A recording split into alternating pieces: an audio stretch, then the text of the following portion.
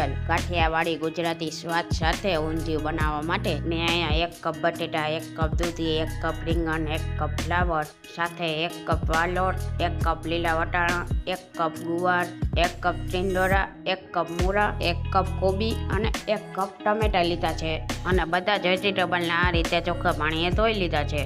તો હવે કુકરમાં 10 મોટી ચમચી તેલ એડ કરશું. તેલ ગરમ થાય એટલે 1 ચમચી રાઈ જીરું, 1 નંગ તમાલપત્ર અને અડધી ચમચી હિંગ એડ કરીને બધી જ વસ્તુને સતરવા દેશું. સતરાઈ જાય પછી બધા જ વેજીટેબલને એડ કરી દેશું. હવે મસાલામાં 2 ચમચી હળદર પાવડર સાથે સ્વાદ પ્રમાણે મીઠું અને 3 ચમચી ધાણા જીરા પાવડર એડ કરીને બધી જ વસ્તુને મિક્સ કરી લેશું.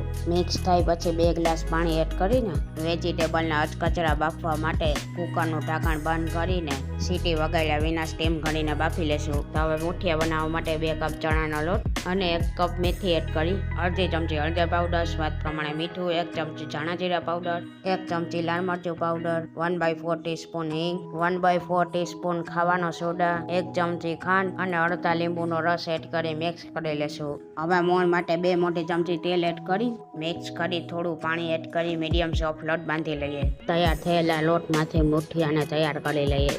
ગરમ તેલમાં મુઠિયાને એડ કરી ક્રિસ્પી અને ગોલ્ડન બ્રાઉન થાય ત્યાં સુધી મુઠિયાને તળી લેશું. તો ઊંધિયાના વઘાર માટે 1 મોટી ચમચી તેલ એડ કરશું. તો હવે ઊંધિયામાં રસો કરવા ગરમ તેલમાં 2 થી 3 મોટા ગ્લાસ પાણીના એડ કરશું. હવે ઉકળતા પાણીમાં 1 કપ ચોપ કરેલા ટમેટાને એડ કરશું. સાથે કુકરમાં સ્ટીમ કરેલા બધા જ વેજીટેબલને એડ કરી દઈશું. હવે ઉપરથી 2 થી 3 નંગ લીલા મરચાં, 2 ચમચી લાલ મરચું પાવડર, 1 ચમચી ખાંડ એડ કરીને મિક્સ કરી લેશું. હવે તૈયાર કરેલા મેથીના મુઠિયાને અને 3 નંગ પાકેલા ખીલાને એડ કરીને હવે તેને મિક્સ કર્યા વગર જ ઊંધિયાને કૂક થવા દેશું.